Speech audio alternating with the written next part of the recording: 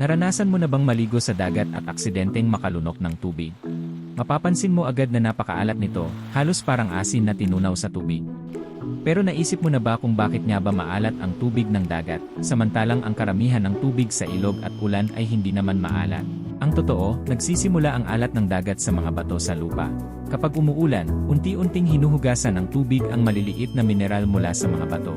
Ang mga mineral na ito, lalo na ang sodium at chloride, ay dinadala ng mga ilog papunta sa dagat. Sa loob ng milyon-milyong taon, patuloy na naiipon ang mga mineral na ito sa dagat, kaya unti-unting nagiging maalat ang tubig nito. Dahil dito, ang dagat ngayon ay naglalaman ng napakaraming asin na natunaw sa tubig. Sa katunayan, kung kukunin ang lahat ng asin sa dagat at ilalagay sa lupa, kaya nitong takpan ang buong mundo ng makapal na layer ng asin.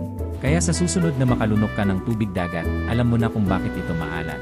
Kung may natutunan ka ngayon, huwag kalimutang i-follow at i-subscribe ang Alam Mo Ba.